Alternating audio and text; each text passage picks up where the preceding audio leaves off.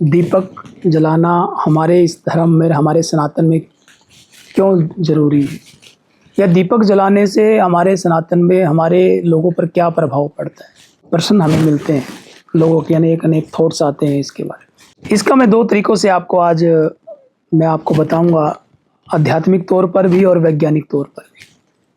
आध्यात्मिक तौर पर अगर चर्चा की जाए तो जब हम दीपक जलाते हैं, सनातन की परंपराओं से जो चलता आ रहा, आदिकाल से जो चीज़ चलती आ रही है, दीपक का जलाने का अर्थ है कि अंधकार से प्रकाश की तरफ ले जाना, उस परमात्मा की तरफ ले जाना, ये उसका सूचक है। और पहले के समय में आदिकाल से हम दीपक ही जलाते आए हैं।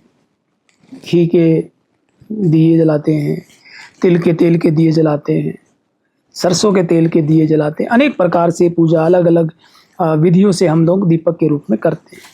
तो उससे क्या होता है कि एक तो मन को संतुष्टि मिलती है और अनेक प्रकार से हमारे जीवन में ऊर्जा उत्पन्न होती है दीपक जलाने से। ये तो आध्यात्मिक तौर की हम बात कर रहे हैं। अगर हम वैज्ञानिक तौर पर बात करें, हम घी का दीपक जलाएं, हम तिल के तेल का दीपक जलाएं, हम सरसों के तेल का दीपक जलाएं और अन्य अन्य चीज़ों से अगर हम दीपक जलाएं, उसका प्रभाव हमारे जीवन में क्या पड़ता है मैं आपको बताता हूँ। अगर हम जब घी का दीपक जलाते हैं तो आप उनके सामने बैठकर अपनी दृष्टि, अपनी नज़र उस दीपक पर रखिए, तो आपको अनुभूति होगी अध्यात्म की भी, और अनेक चीज़ों में आप खो जाएंगे। आंख बंद कर कर आप दीपक के सामने बैठेंगे, वैज्ञानिक तौर पर मैं बता रहा हूँ, तो उसकी वातावरण में उसकी सुगंध, घी की और उस दीपक की, उस लोक की, उस ज्योत की, आपको एक ऐसे वातावरण में ले जाएगी, आपका मन शांत हो जाएगा।